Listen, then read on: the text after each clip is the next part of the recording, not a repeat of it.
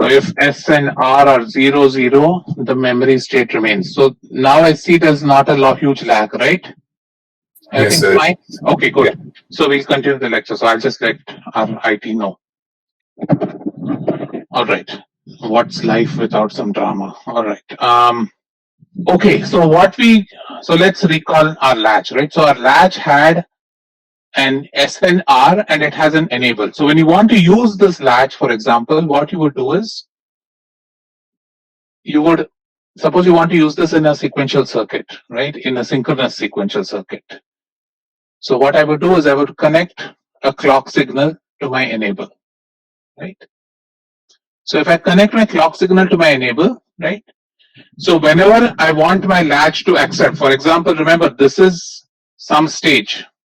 This is some prior stage 1. This is some stage 2, right? So what I want Q to, so suppose I want to send some logic from this side, from stage 1 into stage 2, right? What I would do is I would use my logic to give the right values to SNR. And then so remember always clock is doing this, right? So this is a latch. Latch is a level triggered element, right? So which means that the latch is going to be open whenever clock goes to 1. Right. So at this time, when clock goes to 1, it is going to sample what the S and R inputs are. And depending what this input is, either Q will change or Q will remain the same. Right. Similarly, Q and Q bar. So now the drawback with the latch, as we discussed, is that during this, suppose I call this 0 to 2, 4, 6, 8. Suppose I have a time period of 4 nanoseconds, say. Then between the 0, so it is the latch is transparent when in the time period of say 0 to 2 nanoseconds, which means that in this time, if SNR change, then Q will also change, right? So you always want to ensure that, and typically we don't like things like this. What we want is we want the outputs to change at every clock. We don't want the outputs to change within the same clock, right? Typically we look at how this circuit moves as it progresses in time, right? That's what we're doing when we do a sequential circuit design. So in something like this, what happens is therefore you need to ensure that in this time period, S and R do not change, right? So you have to implicitly design your circuit in such a way, and you have to ensure that whatever is the input coming into SNR, that does not change when the clock is high. And the reason is because remember, all these things require some so remember there are gates inside, right? Which means that when I change something here, this will take some time. Q and Q bar will take some time before it shows up, right? And so therefore you want to ensure that whenever you have the latch open, keep an SNR the same. And this is one of the problems of using latches in sequential circuits, is that latch quickly responds to the input when it's enabled, right? And so then we'll go into flip-flop and see what happens. Okay. By the way, please let me know if there are any issues. I'm suspecting since you guys have not raised anything, you're able to follow me clearly. All right. So let's go back to what we did last class. Now, I left you guys with one question, right? I said that one of the problems with the SR latch is that you have to be very mindful. You have to be very mindful at all times, ensuring that you don't have the forbidden combination ever sent in. And why is this forbidden? This is forbidden because, again, doesn't mean that the circuit is not working, right? It just means that our interpretation of these two signals being complements of each other is not right. So basically, if you're using this to design the rest of the circuit, then you would have made certain assumptions that I'm getting Q and Q bar here and I'm going to use them, right? And so when you have this input coming as 1, 1, then your Q and Q bar connection is lost in the sense that both go to 0. And that becomes a malfunctioning circuit from the point of view that because you've labeled it Q bar. Again, please digest the fact that it is not that the circuit is malfunctioning, it is malfunctioning because we have called these nodes Q and Q bar. Okay. So I asked you to think about this. Can somebody tell me what this circuit was doing? So all we did is took the SR latch and I used, again, this is an enable circuit. So I have an enable here. and there's an enable signal. And what I did was, So at enable equal to 0 it will be memory condition, and at d equal to 0 q will be 0, and d equal to 1 q will be 1. correct. So this is known as a, that's why the name of this circuit is known as a transparent latch. So what we say is that when enable, so if I'm going to draw the truth table of this, I'm going to say enable and D, right? These are my two inputs, and Q is my output.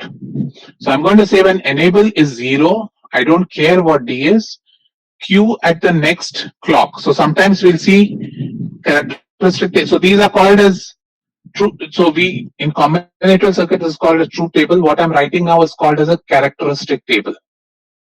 So what I'm going to say is that when enable is 0, the Q, the next Q is not going to change. So it is going to remain the same Q it was before, right? Because this is the memory condition. That is because enable is 0, my inputs and outputs are essentially not connected. So what is happening at the input, what is happening at the input is not going to impact the output. My output continues to remain what it was previously. When enable is 1, then basically what I can say is this, or I can write this independently as 1 0 0 1 0 1, right? So when enable is high, whatever is at D gets written to Q. So hence it's called as a transparent latch or a D latch. So a D latch because it's a data. So this is one of your fundamental sequential circuit blocks, which is a data latch.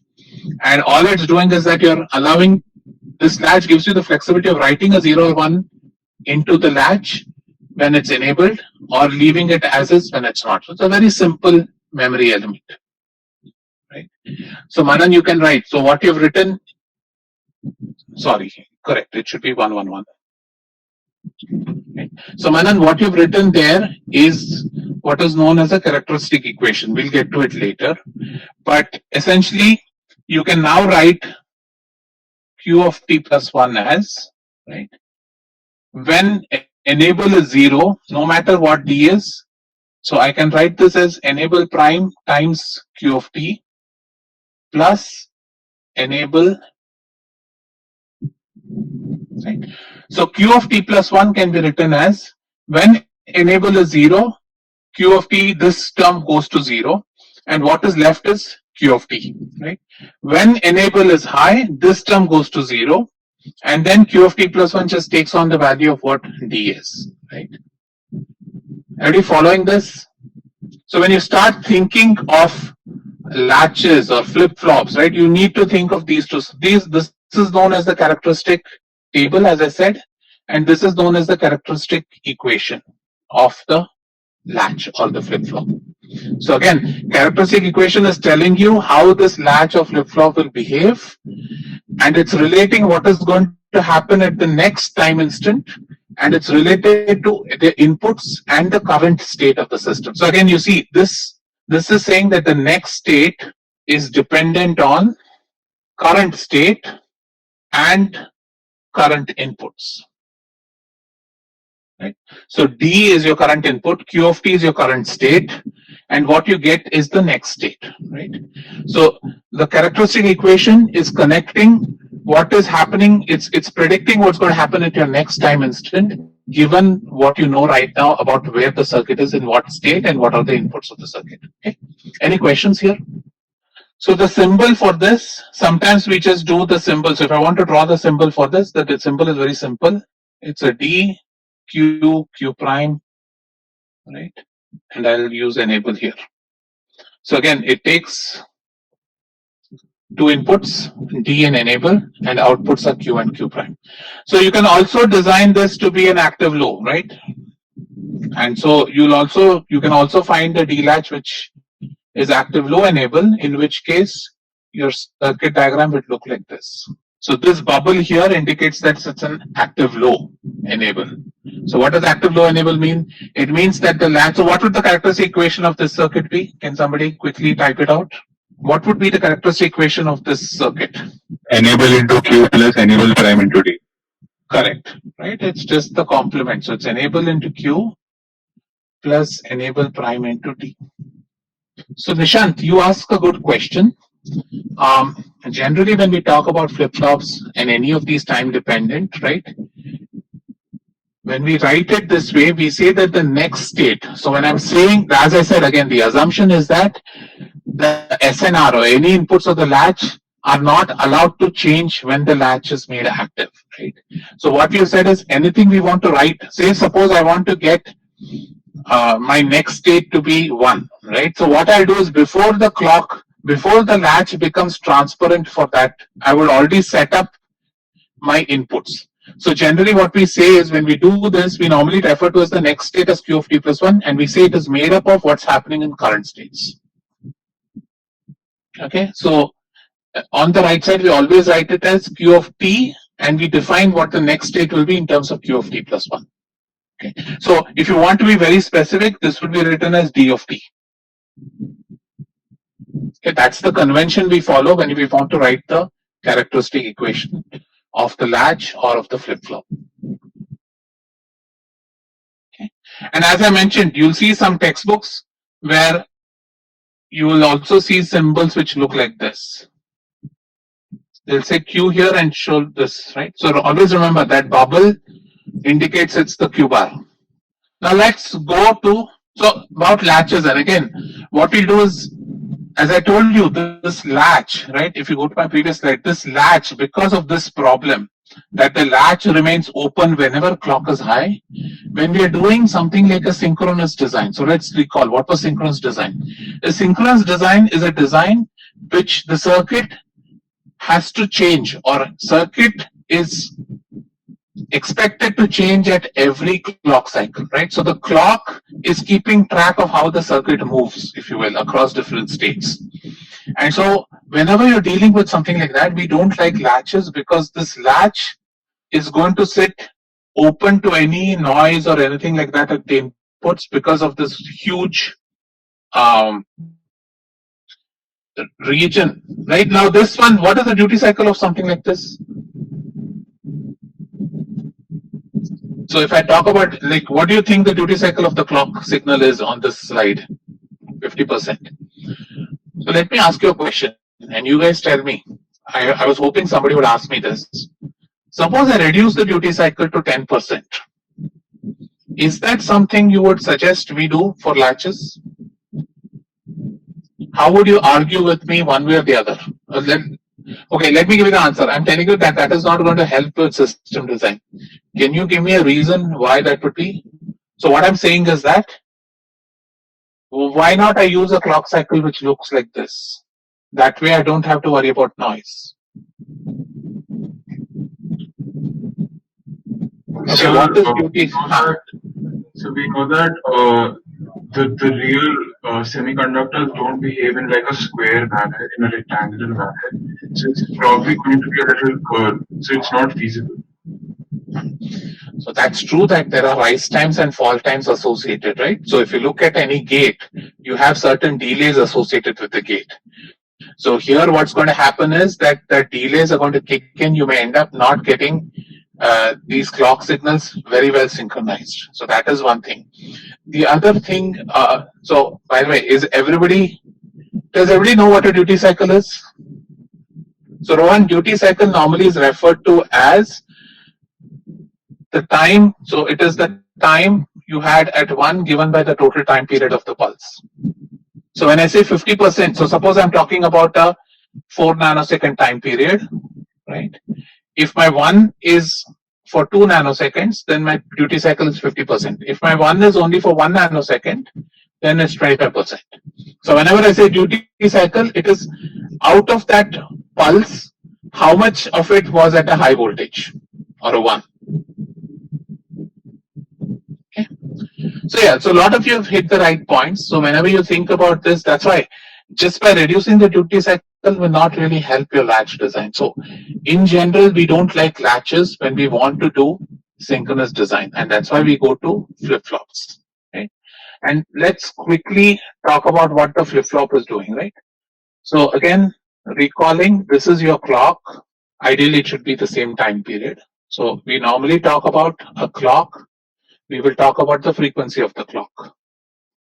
So this clock is something which is given to the entire block that you've designed or the entire chip you've designed. So this is a signal which is accessible to you whenever you're designing the system, and it's accessible at any part. So remember, we were always thinking about, when we design systems, we think about a block level and we break this into smaller blocks and so on and so forth, right?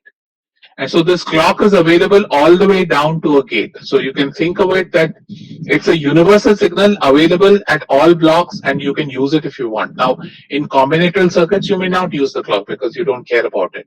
But generally, the clock is going to basically dictate how fast your system is going to respond, right? So higher the clock frequency, ideally your system is going to be a fast system for performing the same set of operations.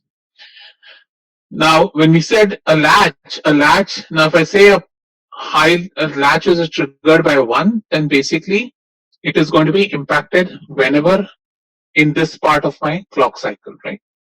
And so we talk about flip-flops, and as I mentioned in the first class on sequential design, a flip-flop is known as an edge triggered or edge sensitive circuit. That is, the flip-flop becomes active, or flip-flop responds to the inputs. Either you can set it up to respond whenever 0 to 1 transition occurs in the clock. So it will set itself once here, and the next time it will set itself as here, the next time it will set itself as here, and so on and so forth, right? So here again, every clock cycle you have the flip-flop sampling the inputs. So you can think about the flip-flop is sampling its inputs at every positive edge of the clock. So this is known as the positive. When you go from 0 to 1, it's known as the positive edge of the clock. And when you go from 1 to 0 on the clock, it is known as the negative edge. And so generally we talk about either positive edge triggered flip-flops or negative edge triggered flip-flops, right? So, okay. And remember, even with now here what happens is, because we can control the rise time of this pulse to be pretty fast, this essentially gives us a circuit which is open for a very little time, or rather which is active for very little time. And so what that means is essentially, it is most of the times it's impervious to what's happening at the input side, right? So generally this circuit we like. So whenever we're doing synchronous, so remember, whenever we're doing synchronous, we will always use flip-flops or edge-triggered devices. And remember the drawback, what are the drawbacks of flip-flops? Flip-flops tend to be larger circuits than latches. So a flip-flop is going to consume more power, it's going to consume more area on the chip. But the advantage that it gives in terms of its edge triggeredness, if you will, that is the reason why flip-flops are very commonly used whenever you do sequential synchronous design. Okay. Okay, let me just take a few questions. Saksham, will increasing the duty cycle helps? It's the same logic you can go, right? Because then you're reducing the amount of 0. So the same logic that applied to the 1 will apply to the 0. So duty cycle, therefore, normally we look at duty cycles, we look at 50% duty cycles. Akhilesh, how do we fan out a lot of clock signals? Very good. Good question. We will talk. I don't know if I'll have time to talk about it in this class. Clock signals have a lot of buffers in them. So there are these circuit elements known as buffers, which essentially are used to boost up pulses. So you use a lot of buffers as you distribute this clock over the entire block. If I get some time at the end of the class, I'll talk to you. If not, in your architecture classes or in your microprocessor classes, you will go into what is the buffer and how do you design it. Okay.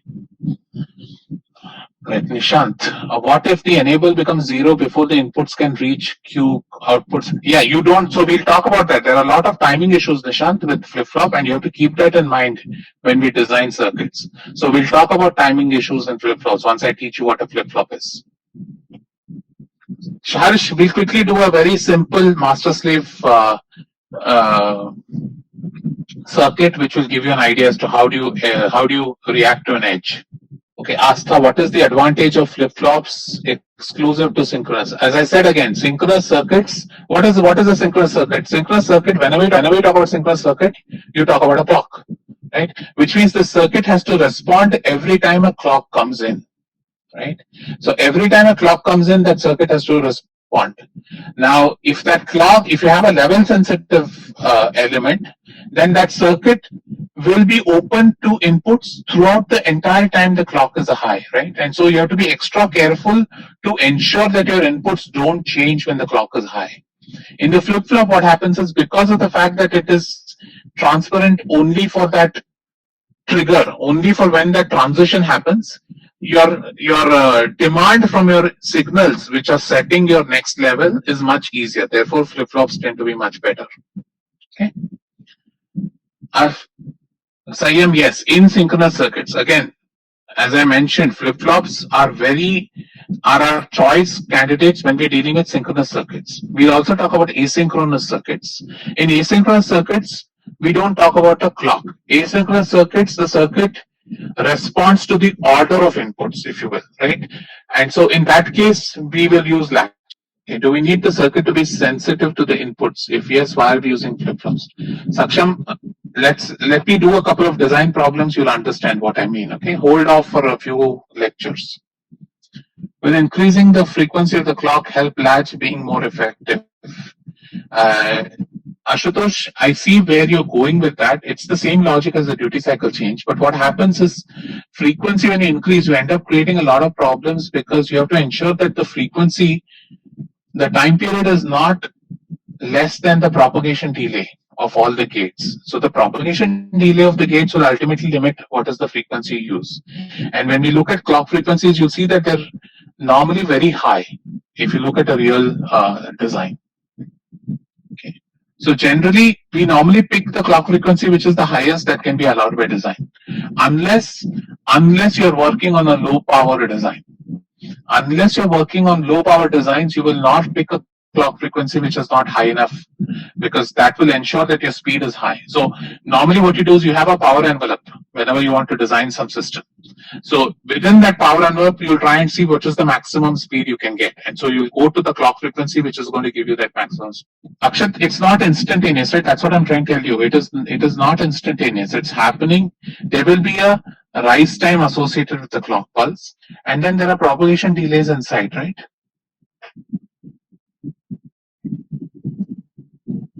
Okay, so let's look at a first variation of a flip flop, and this is a D flip flop. And so there are different styles of which are shown in your textbook. I don't expect you to know the layout of a flip flop, but I want you to know the block level diagram of a flip flop. So let's look at one flip flop, which is the D flip flop. So again, what I'll do is so it's made up of D latches. So let's take D latches and do the same. So what we'll do is we'll take the first D latch.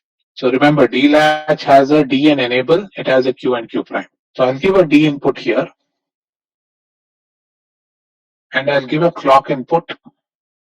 So again, this is a active high enable, right? So which means that whenever my clock is high, whatever is at D will get written to this Q, right? And when clock is low, this Q is disconnected from D. So what I'll do is I'll pass this to another D latch, and I will activate that D latch through the complement of clock. So I've connected two D latches in series with each other, right? The first D latch, so let's label these 1 and 2. And let's call this node Y. Let's call this node, for lack of a word, let's just call it Q, right? So what we're doing is we're setting a series of two D latches. D latch 1 will be transparent when clock is high, right? Because the enable is connected to clock directly. D latch 2 will be transparent when clock is 0. Correct? Everybody following? Now let's see how this is edge triggered. Right? So let's look at a clock coming in. So we have a clock coming in this way. And let's call the different pulses. Let's call this P1. Let's call this P2, and P3, P4. So I'm saying P1 is when the clock is 1, P2 is when the clock is 0. So when clock initially goes to 1, from 0 to 1, whatever is at D, so at this point, when you go into P1, whatever is at D gets written to Y. So Y is equal to D, right? Q still remains what it was in the previous case. So Q, because of the fact that, so when in this instant, when you've gone from 0 to 1, right? When you've gone from 0 to 1 and then you're in P1, latch 1 is open, latch 2 is closed, right? So what happens? Your Y is equal to D, but your Q remains as Q of T, right? Your Q has not changed yet. Q remains the same because latch 2 is closed, right? Or I guess I should use different words. Let's call this closed in, right? So what has happened in the first instant when clock went high was that D transitioned into Y. Now, when clock goes to 0 again, right? When clock goes to 0 again, so when I go back to P2 now, what happens? Latch 1 is open and latch 2 is closed, right? And so in that case, Q gets written with Y, but then Y becomes independent of D, right? So when you're switching a clock this way, so what you can see is this. If this is your clock signal, right? So this is L1, this is L2, this is L1, this is L2, right? So at this instant, L1 is transmitting data from its input to output.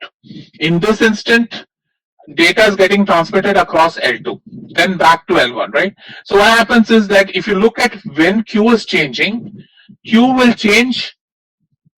When will Q change? Is this Q changing at a positive edge or a negative edge? Negative edge. Negative edge, right? Everybody following? So what happens is, again, let's see, L1 is transparent at the first when the clock goes high, but L2 is transparent only when the clock goes low, right? So Q changes only at this instant when the clock goes low, right? And so what is going to happen is, you can say that Q changes when clock goes from 1 to 0. So what we have generated using 2D latches is a negative edge triggered D flip-flop. The symbol for this, when we do edge triggered circuits, so this is D, and edge trigger is shown as a triangle.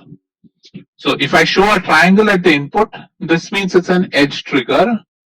A bubble indicates it's a negative edge trigger. So this is going to be a clock signal. This is going to be D, and you have Q and Q bar. So how would you convert this to a positive edge triggered? What can you do? So how would you change the circuit if you want to convert this to a positive edge triggered flip-flop? You'll add another inverter, right? So you'll add an inverter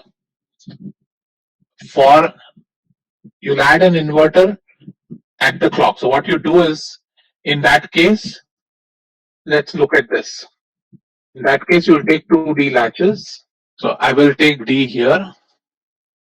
So I want L1. So in the previous case, what is happening? In this case, when clock goes high, 1 becomes open. The one output of 1 becomes open to the input of 1. And then when clock goes low, this one happens. This latch closes, right?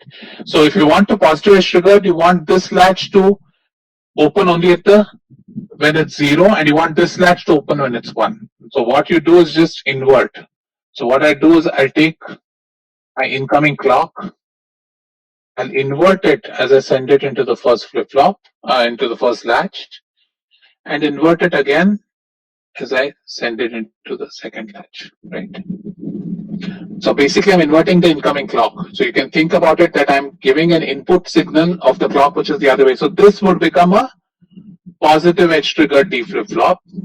That is, this would change at every positive edge. And how the symbol for this would be D, Q, Q prime, And the positive edge trigger is just drawn by a triangle here. So this is going to be your clock, and that's your D. So this is your positive edge triggered. Harsh and Astha, do you understand why it is not a latch but a flip-flop? So let's think about this output. Individually, these are latches. But if you look at Q, Q will change only when this latch opens, right? It does not change when this latch opens. But for this Q to reflect what's happening in D, this latch should have been opened in the previous instance, right? So what you essentially see, if I'm going to think of this as a block diagram this way, where I don't know what's happening internal to the circuit, I will see that Q will change only at the positive edge of the clock. Right? So we sometimes call, so this is the master slave combination, right? So there's a master, there's a slave. So the first latch is your master, second is your slave. The output of the slave will change after when the master's was opened and then the slave is opened. So if you just look at it from outside the block, you'll see Q will respond only when there's a positive edge trigger. Any Astha and Harsh, do you understand, or are you still struggling to figure it out? Can't we use just one inverter to implement positive edge? Karthik, yes, you can do that. I just what you would do. The problem is, I did that because I'm assuming this block is inside. I can't change. So all I do is take a clock, invert it, and send it in. Right, Jaydeep. You can, yeah. When I say closed, it means it's enabled. When I say it's open, it's not. It's independent of each other. You can use whatever convention. Just remember, if you don't like open and closed, just remember enabled and disabled. So what you're saying is that this latch is enabled during clock 0. This is enabled used during clock 1. And so eventually Q comes out as a positive edge triggered. So let's, Malay, did you get whatever you wanted here? Okay. So let's do a quick example. Let's say that this is our clock. So let's assume a positive edge trigger flip flop, and let's say this is our clock. So since it's a positive edge triggered, I'm going to figure out which are all my positive edge triggers. Now let's assume D looks like this. So can you plot how Q will look like in this case? So let's call these pulses as 1, 2, 3, 4, 5. So can you plot how Q looks like during, what is the waveform for Q? So assume that this is the input given to this positive edge triggered flip flop. So Gaurav, in the positive edge triggered flip flop, the output won't change when the clock signal is rising. No, the output will change. The output will sample the input at the rising edge of the clock. That's what a positive edge trigger means. Now the reason in the D flip flop, it is simple. It is just Q is equal to D, but we look at other flip flops where there are logic implemented inside. Yeah, Sayam, you're right. So how do you do this? So again, as I mentioned, you just want to look at the positive edge triggers, because only when clock is rising from 0 to 1, whatever is at D will be written into Q, right? So if you look at Q now, at this edge, D was 0, so Q will remain 0 till it hits this edge. Now at this edge, D has gone to 1. So at some delay after this edge, Q goes to 1, right? Now it comes to this edge again. D is 1, so Q continues to remain 1. So Q continues to remain 1 till you get to this edge. Even though D has gone down, Q will continue to remain 1. At this edge, it sees a 0, so after some delay, it will transition back to 0 and it remains so. Right? So what you see is that D and Q don't need to look similar to each other if you look at the pulse diagram, because Q is going to be aligned to the positive edges of the clock. Right? Even though D is an input you're giving, right? So D is changing at all times, but your Q which comes out is always going to be aligned to a clock. Everybody following? We talk about, there are two critical times that you need to worry about a flip flop. So let's quickly think about it. So if you look at the clock signal, right? Now if you look at the clock signal, what happens is every time, so this is a positive edge trigger flip flop. So every time the clock is going from low to high, right? My flip flop is sampling the input, if you will, right? And so what happens is that you want to ensure that D, if you think about the signal D, right? The signal D, you want to ensure it does not change at or near the positive edge trigger. And why is that? Because again, we want a predictable output from our circuit, and our circuit will transmit whatever is at D will transmit to Q when the clock has a positive edge, right? And so what's happening here is we want to ensure that D is very stable when the clock comes in. When the positive edge has coming in, you want to ensure D, whatever change you wanted to make in D has happened already, and D is exactly at where you want it to be.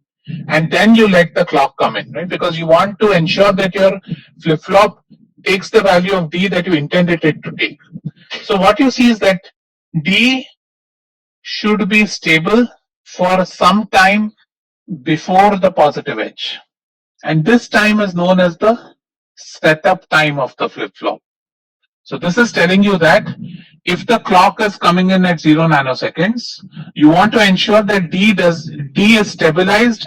Suppose I say my setup time is 15 nanoseconds.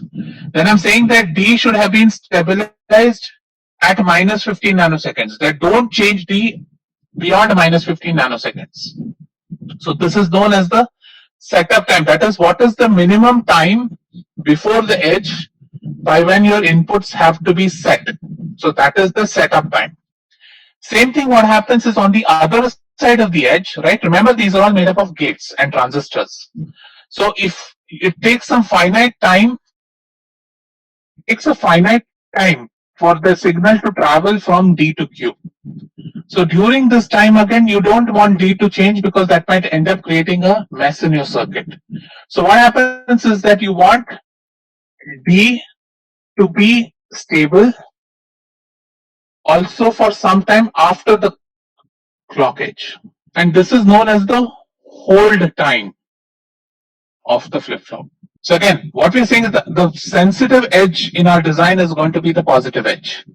So because the sensitive edge is the positive edge, I want to ensure that before and after this edge, I don't want D to change at all. Because if D changes, my circuit can malfunction. So we talk about two characteristic times of the flip-flop. One is known as a setup time and one is known as a hold time. So that is, we want to ensure that D does not change a setup time before the clock edge, and D does not change till a hold time is complete after the clock edge. Okay. So this is one of the timing constraints that I'm introducing, right? So whenever you design a sequential circuit, a synchronous circuit, you need to keep these numbers in mind. And for flip-flops, these numbers are pretty large. So you're talking anywhere between, if you look at some of the flip-flop chips that we have, which I've used in the lab, right? You'll see that the setup and hold times are pretty long. They're roughly in the 10s and 20 nanoseconds. So a sizable amount of time, which tells you basically D cannot change as fast as you want. So therefore, you need to keep that in mind whenever you're designing D, or what is the input coming into D, right? There's a logic circuit which is going to feed D. So at that point, you have to design exactly when that transitions. Okay. So what I do is I'll stop here and I take questions. Okay. So the lecture is over. For those who want to leave, can leave. Anybody has questions can stay back. All right. So Astha asks, if at the first positive edge y is equal to 1, then won't Q be equal to 1? Right. So Astha, like all sequential circuits, right, it is very important to get what the initial condition of the circuit is. So we'll always talk when you design of what the initial condition is. And if you don't know an initial condition, as I told you last class, what we'll do is we'll have a reset. We'll keep a reset signal available, which will reset the flip-flop to say 0, or will reset the flip-flop to say 1, so that we know exactly what the initial condition is before we start using the circuit. So you're right in the sense that whenever you're designing something in a synchronous fashion, it is very important to track what the initial condition of the circuit is, because how the circuit moves after that depends on where it is to begin with. So Harsh, again, in the master slave, it's fine. We can also design these using just gates. You don't need to do the entire master slave. Master slave is one easy way to think about a flip-flop. Real flip-flops are not really always designed using master slave.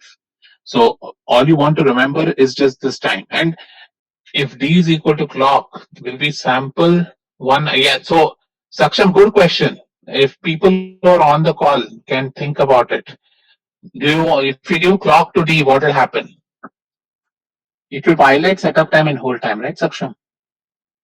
If you give clock to D, it will violate your setup time and hold time. So your output is going to be indeterminate. So you never want to. This is a very, very bad design technique. You never want to give clock as inputs anywhere. Clock is your input at clock. All other data you want to be, you can't give the clock because everywhere you're going to get into these setup and hold time violations and your circuit is going to malfunction. Ishika, I apologize. I think I've been changing terms.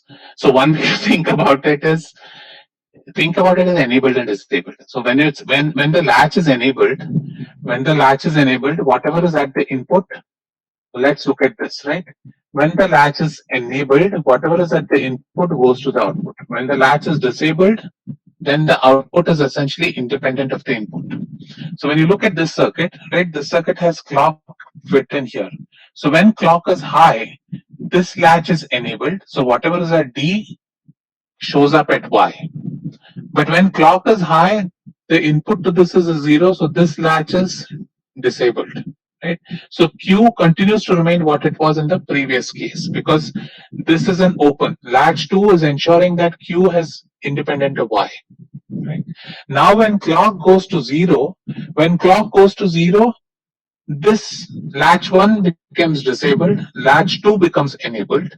So the minute clock goes from 1 to 0, whatever is at Y gets transferred to Q. Right? And so this latch 2, since it's enabled, whatever is at Y gets transferred to Q. And so what we see is that Q will change depending on whenever Y has changed, right? Now, we don't care about Y because Y is an internal node of the circuit. What we care about is when does D change and when does Q change. And so when you go back through the cycle again, you'll see that the Q is going to sample whatever happens at the negative edge of the clock. So as long as the D has been set up, is stable at the negative edge, whatever is at D will get transferred to Q. Okay? I hope I've clarified. I apologize. I think I've switched between open and closed pretty often. Yes, sir. All right. Thank you. Thank you. Hariharan, in the previous example, would it be equal to 1 if Q is equal to 1 at the first positive edge? Which previous example? Correct. So if my D, in this case, if my D had gone up before this, a setup time before this clock edge, then yes, Q would have gone to 1 at the first instant itself. I hope that was your question, Hariharan. Well, can you explain why decreasing the duty cycle? So come to my office, we'll do that there. Gaurav, in a negative edge flip flop, Y will be transmitted to Q during the falling edge. So remember, Gaurav, flip flop does not care about level. Flip flop always cares about only the transition edge. So when a negative edge triggered flip flop will transmit D to Q only when the transition in the clock occurs from 1 to 0. Once the clock goes to 0, the flip flop is again disabled. Right? So the flip flop will transmit D to Q only during the falling edge of the clock. Is that clear? Saksham, for small duty cycles, yes, you can say that. But again, as I said, the latch, to create something which a very small duty cycle generally is a bad design technique. So we normally don't use that. But you're right. A small duty cycle latch can be thought of as a flip flop because you just look at one edge. Na? But again, think about it. How do you define a delta function? When you say Y is equal to delta T, is that a positive edge trigger or negative edge trigger? It's hard to call it because you just have an impulse function. So therefore, we don't do these kind of extrapolations. Sanya will do an example in the next. This is what sequential design is all about. So, for example, we did all those. I think 2 classes ago. Remember, we did that exercise where we wanted to see whether it's a sequential circuit or a combinatorial circuit. For example, vending machines, you can use this. You'll need a clock and you'll use circuits like these. Flip flops will be used to count. Say you want to design a machine which counts notes, right? The one that's in the bank. That will use edge triggered flip flops again. So any of those can be designed using edge trigger flip flops. Hariharan, we are still discussing about the lab, but yes, the next lab will have sequential. Now we are still discussing whether we'll have a lab next week or not. I'll let you know on Canvas. Hitarth, if the hold time and setup time generally have high values, then the time period exactly. So that's the problem. So the setup time, Hitarth, you hit the nail right. So setup time and hold time limit what your clock frequency is, right? So therefore, you can't really assume that your circuit will be as fast as possible. You have to maintain setup and hold time at all times. In positive edge flip flop, the clock input to enable will be 0 and negative edge it will be 1. Does that make a difference? So Rohan, can you come online and ask me? I'm not following your question. What I'm asking is like the clock signal is going to the enable, right? So when it is going from like 0 to 1, before the transition, the clock would be 0. So Correct. that'll so the enable would have the input like as 0, right? In when it Right. switches. But that is in this design. Now, when in the latch, in the flip flop, if you look at the flip flop, you don't care, right? Flip flop. If you look at this block diagram, in this block diagram, there's no enable. Right, the enable concept we brought about in the latch. We'll talk about what an enable for the flip flop is. The enable for a flip flop will just turn on the. So we won't have something known as an enable. What we'll have is something known as a reset. So I discuss that in the next class. We'll have a reset node, which we'll give to flip flops. So whenever you want to use a flip flop, that reset will be like a hard reset. So you when you want to use a flip flop, you first give a reset low there, and that will bring all your flip flops. You basically initial condition. You give all the Qs to 0.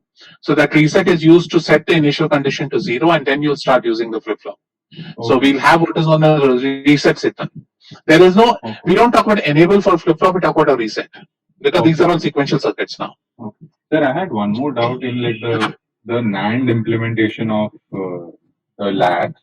So we had take like we kept S and R, like S is connected to the NAND gate which connects to Q, right? So we went through the entire process of like connecting it to another NAND gate, like we got enabled. But instead, if we could just interchange S and R, we could directly get an SR this thing only, instead of an S prime R prime. Other than the forbidden condition. But we wanted the enable. That's why I did that way. There is no reason. Okay. So whenever we use latches, we'll never use that kind of an implementation, right? Because it's subject to the forbidden. No.